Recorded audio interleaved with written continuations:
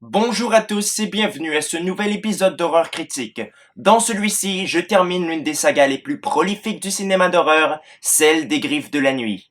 Avec un film comme le sixième opus, on aurait pu croire, même espérer, voire même supplier, ne plus jamais voir un film de Freddy. Mais la New Line Cinema en a décidé autrement. Mais cette fois-ci, on n'allait pas seulement ramener Freddy, mais également Wes Craven. Mesdames et messieurs, c'est parti pour Freddy sort de la nuit, ou le cauchemar insolite de Wes Craven.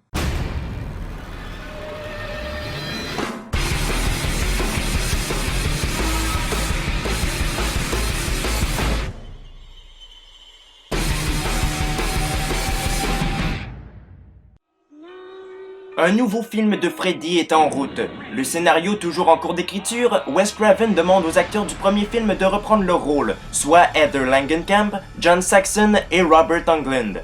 Mais Heather semble un petit peu hésitante. Il y a d'étranges choses qui se sont produites il y a quelque temps. Elle reçoit du courrier et des appels d'un fan désaxé, elle fait des rêves où elle voit ses proches mourir, son fils est fortement dérangé et finalement son mari trouve la mort dans d'étranges circonstances. Il semble bien que Freddy existe bel et bien, et il tente d'intégrer notre monde pour y semer la terreur.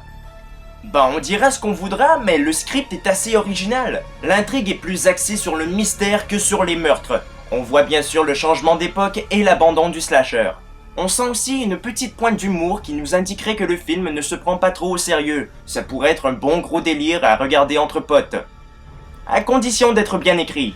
Et c'est là que le film se plante un peu. En général, le scénario n'est pas si mal écrit que ça, c'est seulement l'humour qui est trop inégal. Pour une scène qui est très comique, on a droit à 2 ou 3 scènes beaucoup trop sérieuses pour rien. Et c'est chiant, d'autant plus que l'intro et la conclusion sont beaucoup trop rapidement expédiés. Et dans toute l'originalité de son pitch principal, il gravite plusieurs éléments clichés qui enlèvent toute crédibilité et tout l'effet surprise du film. Ça le rend prévisible à mort et on n'a plus du tout envie d'y croire. Et puisqu'il est long, il dure 20 bonnes grosses minutes de trop avec des scènes sans aucune originalité et qui se répètent beaucoup trop. Mais en fait, c'était un rêve. J'espère que t'as demandé à Antou pour utiliser son gag. Bah, il dira rien. Pendant que j'y suis, fais-moi plaisir et montre-moi tes bras. Mes bras? Pourquoi mes bras? Ne pose pas de questions, allez.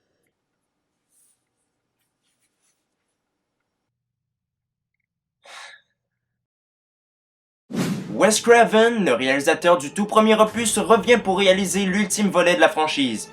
À mon humble avis, c'était une manière pour lui de dire aux fans de la saga que cette dernière était bel et bien morte et enterrée. Sa mise en scène adopte un ton un peu plus léger, mais qui diffère tout de même des autres épisodes. En fait, on dirait plus une direction à la Scream, ce qui n'est pas plus mal. En effet, ça colle bien avec le scénario. Mais bon, je l'ai dit, il y a quelques longueurs, et notre intérêt pour le film s'efface peu à peu. Mais bon, c'est toujours cool de le voir intégrer quelques références au film original, même qu'il apparaît lui-même dans le film. C'est également le cas pour le producteur Bob Shaye, ainsi que sa sœur Lynn Shaye, qui avait déjà joué dans le premier en tant que professeur de Nancy. Oui, on parle bien de la même Lynn Shaye. Heather Langenkamp joue son propre rôle dans le film. Le problème, c'est qu'elle la joue comme étant Nancy, c'est-à-dire qu'elle en met un peu trop. Mais bon, c'est rien de très dramatique. On note également le retour de John Saxon, qui interprétait son père dans le premier film, et bien sûr Robert Englund dans le rôle de Freddy, et dans son propre rôle. Mais il n'y a pas Johnny Depp par exemple, malheureusement. Effets spéciaux et costumes. C'est le look de Freddy qui en a agacé plus d'un. Je ne fais pas partie de ceux-là. Ouais, le look est différent, mais c'est normal, c'est en raccord avec le scénario. Il ne s'agit pas du même Freddy. Moi je le trouve plutôt cool.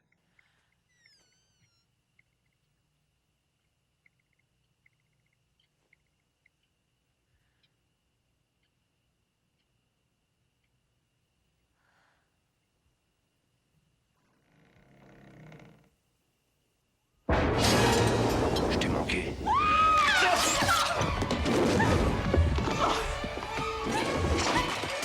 Et en ce qui concerne les autres effets spéciaux, c'est plus ou moins réussi.